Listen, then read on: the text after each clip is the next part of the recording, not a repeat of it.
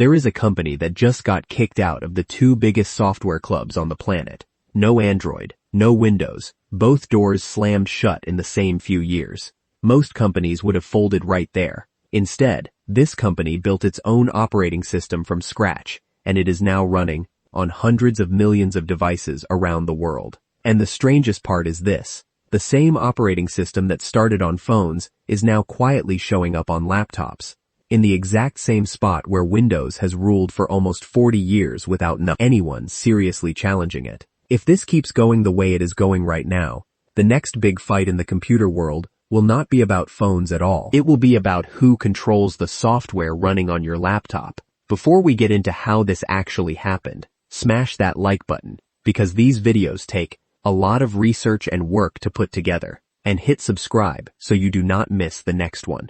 What you are about to hear involves a company getting cut off from the two most powerful tech ecosystems on Earth, a 5-year secret rebuild that almost nobody outside one company knew was happening, and a plan that is now quietly spreading into countries you might not expect. Let's get into it. The lockout nobody saw coming. In May of 2019, the United States government made a decision that changed everything. For one giant Chinese tech company.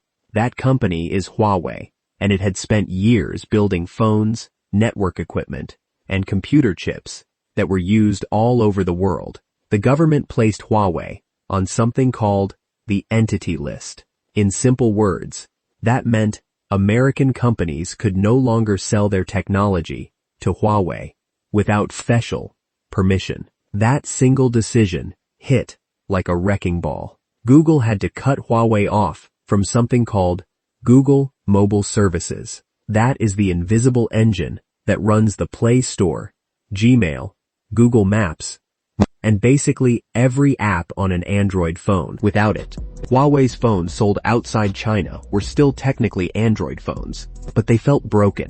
No Play Store, no Google apps. Customers noticed right away, and sales overseas began falling almost immediately. At the same time, something quieter was happening with computers. And this is really where the whole laptop side of this story starts. Huawei was not banned from Windows in the same dramatic way it was banned from Google's services. But new rules made it much harder for Huawei to buy the Intel and AMD chips that most Windows laptops depend on. And with the United States government watching Huawei so closely, Microsoft became a shaky long-term partner too. It was not a clean ban. It was more like a slow squeeze, the kind that makes a business relationship harder every single year, and one that would eventually push Huawei somewhere nobody expected. What made this moment so different from a normal business setback is that Huawei could not simply wait it out or negotiate its way back in.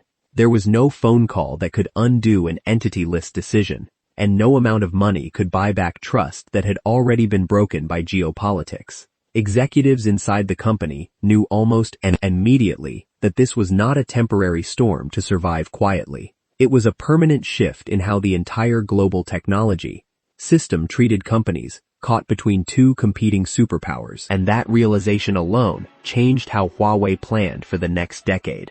Losing Google's services and facing chip trouble for Windows machines at the same time should have been enough to sink most companies. You cannot really sell a phone in places like Southeast Asia without Google's apps. You cannot easily sell laptops around the world without smooth access to Windows and the chips that run it. Huawei's overseas phone business lost billions of dollars in just a couple of years. This part of the story sets up everything that follows, because it explains exactly why. This company had no choice but to build something completely new. And that something new is the entire reason we are talking about Windows at all later on. To understand how a crisis this big turned into an opportunity, we need to look at what Huawei actually decided to do next, turning a disaster into a plan. Here is where the story takes a turn almost nobody expected. Instead of treating this lockout as a disaster to survive, Huawei's leaders and the Chinese government, watching closely behind them, saw it as proof of a problem they had worried about for a decade. China's entire tech industry was running on operating systems it did not own and could not control. One decision made in Washington could break a business that took decades to build. That is a scary amount of power to hand to someone else. And it is the exact same power dynamic that is now playing out again, just with a different piece of software. So just 3 months after the ban, in August of 2019, Huawei announced something called HarmonyOS. At first, almost nobody took it seriously. The very first version launched on a television, not even a phone, and when people who study software looked closely, they found large parts of it were still built on the Android open source project underneath. In plain terms, it was still quietly running on Google's foundation, just wearing a different name on top. Critics called it a rebrand, a stopgap, a political statement dressed up as a product launch. And honestly, at that point, they were right. But what almost nobody outside Huawei's own engineering teams understood was that this first version was never meant to be the finished product. It was a bridge, and bridges are built to lead somewhere. In this case, that somewhere would eventually turn out to be the personal computer, the exact machine that Windows has owned without much competition for almost 40 years. It helps to remember just how unusual this level of patience is in the tech world. Most companies want a big, flashy launch that proves they have already won.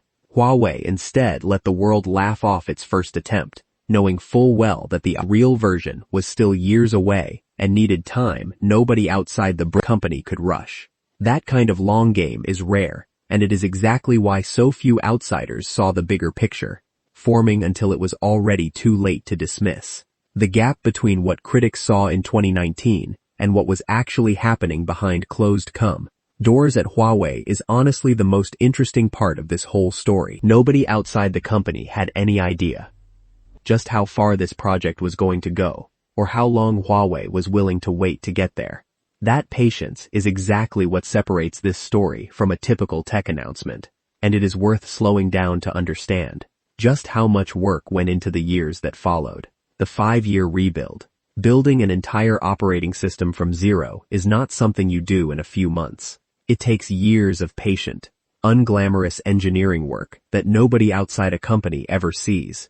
Huawei spent roughly 5 years slowly stripping out every piece of code that depended on Android and replacing it with something built completely in-house. Chinese state media started calling this idea being self-controllable, which really just means owning every layer of your own technology instead of borrowing someone else's. That rebuild finished in 2024 with the release of HarmonyOS Next. This is the version that actually matters in this story. HarmonyOS Next does not use any Android open source code at all. There is no hidden Android layer running quietly underneath the interface like there was in the earlier versions. It is a fully separate system built from the ground up, designed to run across phones, tablets, laptops, smartwatches, cars, and even smart home devices, all as one connected system, instead of 5 separate ones stitched together. If that sounds familiar, it is because Apple has done something similar for years, linking the iPhone, Mac, and Apple Watch together into one smooth experience.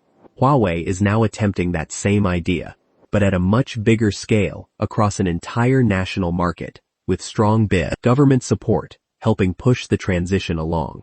This is also the exact moment where the phone story and the laptop story finally merge into one, because the system built to survive without Android turned out to be flexible enough to run on far more than just phones. What is easy to miss here is just how technically difficult this kind of unification actually is. Getting a smartwatch, a car dashboard, and a laptop to all speak the same underlying language, share the same security rules, and update through the same system is not a simple coding task. Most companies never even attempt it because the engineering cost is so high compared to the payoff. Huawei took that risk anyway, betting that owning the entire stack would matter more in the long run than shipping something simpler and faster. There was a real cost to this decision though. Once HarmonyOS Next dropped its Android compatibility layer, it could no longer run older Android apps automatically. Every single app developer building for the Chinese market now has to create a native HarmonyOS version of their app from scratch, or risk being left out of the platform entirely. That is a massive ask, one that would normally scare a company away from making the switch at all. Huawei made that trade anyway, because staying dependent on Android forever meant staying exposed to the exact same vulnerability that caused so much pain back in 2019. Owning your platform completely means nobody else can take it away from you. Once phones and tablets were stable on this new foundation, Huawei pointed that same strategy at a machine most people never really stopped to think about, the personal computer. And this is the point where the story stops being about phones entirely and starts becoming about something Microsoft should genuinely be paying attention to. Why Windows should be paying attention. Here is a number that should genuinely worry Microsoft more than any single announcement from Huawei. China is the largest personal computer market in the entire world. For decades, almost every single one of those machines has run on Windows. That kind of dependence becomes risky the moment tension between two countries turns into actual policy. And that is exactly what happened. Windows updates, licensing terms, and long-term support are all ultimately controlled from one company sitting far away in Washington state. For Chinese regulators and large state-linked companies, that is starting to feel like a single point of failure, especially after watching what happened to Huawei's phone business back in 2019. Nobody wants their entire national computer infrastructure depending on a decision made somewhere else by someone else for reasons outside their control. This is precisely the anxiety that gave HarmonyOS its opening on phones, and it is now doing the exact same thing on laptops and desktops. Sick. It is worth pointing out just how much sits on top of an operating system once a country builds decades of infrastructure around it. Banks, hospitals, schools, and government offices all run software that was written specifically for Windows, sometimes going back many years. Replacing that is not as simple as installing something new. It requires rewriting software, retraining employees, and rebuilding systems that were never designed with a switch in mind. That difficulty is exactly why Windows has stayed so dominant for so long, and exactly why breaking that habit takes serious, sustained effort. There is also a much simpler, more practical pressure sitting right underneath all this bigger geopolitical drama. Windows 10 support wound down recently, pushing a huge wave of government offices and businesses in China toward a forced upgrade. Beijing has been actively encouraging state offices, banks, and infrastructure operators to treat this upgrade moment as the perfect time to jump toward homegrown alternatives instead of simply renewing their relationship with Microsoft. Timing like that does not come around very often, and it lines up almost perfectly with everything Huawei has been quietly building for the past 5 years. Put these two pressures together, the political discomfort and the practical upgrade cycle, and you get a moment that feels almost designed for exactly what comes next. That next step is where HarmonyOS stops being a phone story and starts becoming a real challenge to the operating system that has run the world's computers for almost 4 decades. The quiet plan to replace Windows. This is exactly where HarmonyOS's ambitions for personal computers come into play. Huawei has already started shipping laptops running on HarmonyOS, along with a version of the system built specifically for desktop and office use. That means office software, file systems, music, and support for printers and other everyday office equipment. These sound boring, but they are actually the deciding factor in whether a business can switch operating systems without breaking every single workflow it depends on. Huawei is not trying to beat Windows around the entire world right now, and it might genuinely never try to in places like the United States or Europe. The plan is smaller and smarter than that. Win the replacement cycle happening inside China right now. Support it with government buying preferences that favor domestic technology and use. That massive captive market of over 1 billion potential users. To build an app ecosystem, a developer base, and enterprise trust. All compressed into a fraction of the time it took Windows to build the same thing over 40 years. Think about how strange this approach would sound in almost any other industry. Imagine trying to build an entirely new car market, complete with repair shops, spare parts, and trained mechanics, all within a handful of years simply because you decided you no longer wanted to depend on someone else's engine. That is roughly the scale of what Huawei is attempting here, except the product is invisible software instead of something you can touch which somehow makes the challenge even harder to pull off. This is not a single dramatic moment like when Huawei's Mate 60 phone surprised everyone and hit Apple's China sales hard in a single earnings report. This is a slower kind of siege, office by office, procurement contract by procurement contract, aimed first at loosening Windows 2 first grip on the one market large enough to fund an entirely new software ecosystem all on its own. What makes this strategy so effective is that it does not need to win everywhere at once. It just needs to win in one place, big enough to sustain itself. And China happens to be exactly that place. Once that foundation is strong enough at home, the next question becomes obvious.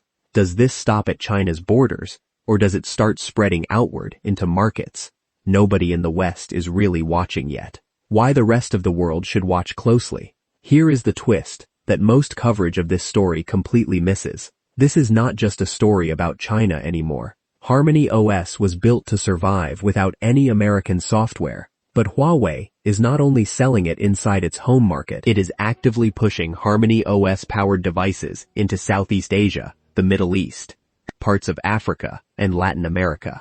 These are places where Huawei's telecom equipment already has a decade-long foothold, and where governments that are more sensitive about cost are increasingly open to a cheaper alternative that cannot be shut off by outside pressure. That is the part that should genuinely worry Microsoft and Google more than any single sales number coming out of China. Every country that already uses Huawei's network equipment is a country where Huawei devices, and by extension, HarmonyOS, already have a trusted relationship with the local government. This pattern tends to repeat itself in technology more often than people expect. Whoever builds the network usually ends up shaping what runs on top of it, simply because the trust and the relationships are already in place. A government that already relies on Huawei to keep its phone towers and internet running has far less friction switching its office computers to that same company's software, especially when the price is lower and the terms feel less risky than depending on a distant foreign supplier. Software independence sells especially well to governments that have personally watched what happens when a powerful country decides another company or country poses too much of a risk. Huawei is not just selling an operating system in these regions. It is selling a kind of insurance against ever being cut off the same way Huawei itself was cut off back in 2019. This is the piece of the puzzle that turns a regional Chinese tech story into something with real global weight, because insurance like that tends to spread quickly once one government sees a neighbor adopt it successfully. And this is where the whole story loops back on itself in a way that feels almost poetic. The very restrictions designed to weaken Huawei ended up becoming the origin story for an entirely separate technology stack, a chip strategy that does not need outside foundries, a phone operating system that does not need Android, and now a computer operating system that does not need Windows. Every restriction added urgency. Every restriction became one more reason for other countries to seriously consider hedging against that same kind of dependence in the future. That growing pattern is exactly what leads us to the bigger picture worth understanding before this video wraps up. The blueprint the world is watching. The Mate 60 phone proved Huawei could still build advanced hardware under heavy restrictions. HarmonyOS is proof that it can build an entire software layer under those same restrictions too. Put those two things together, and this stops looking like a simple comeback story. It starts looking like a blueprint that other countries and other companies are already studying closely. A blueprint for building a technology stack that cannot be easily controlled by any single outside power. There is something almost inevitable feeling about where this leads. Once one country proves it is possible to build a fully independent chip supply, a fully independent phone system, and a fully independent computer system, other countries facing similar pressure no longer have to wonder if it is possible. They only have to decide whether they want to follow that same roadmap, which is a much smaller decision than starting from nothing themselves. Apple did not lose ground in China because its phone suddenly got worse. It lost ground because a competitor treated an enormous threat like a 5-year engineering problem and then actually solved it. Microsoft has not lost anything yet. Windows still runs the overwhelming majority of computers on the entire planet, And that is not changing this year, or even next year, but the exact same playbook that quietly chipped away at Apple's dominance in one massive market is now running against Windows. In that very same market, backed by the same government support and market, the same patient multi-year approach that made it work the first time around. The real question here is not whether HarmonyOS eventually replaces Windows everywhere in this world. It probably will not, at least not anytime soon, and maybe never across Western markets. The real question is what happens to the rest of the world's technology decisions. Now that there is a proven sanctions-proof alternative sitting right there on the shelf, an option that countries increasingly nervous about relying on any single foreign power finally have the freedom to choose instead. And once that option exists, it rarely stays limited to just one country for very long. If you made it this far, you now understand something most people scrolling past headlines never actually stop to think about. Smash that like button if this connected some dots for you. Subscribe if you want to catch the next deep dive and turn on notifications so you don't miss it. What do you think? Does HarmonyOS actually have a real shot at spreading beyond China, or does Windows hold on to its grip for good? Drop your take in the comments. And if you're curious what's happening underneath all of this on the chip side, that video is coming up next.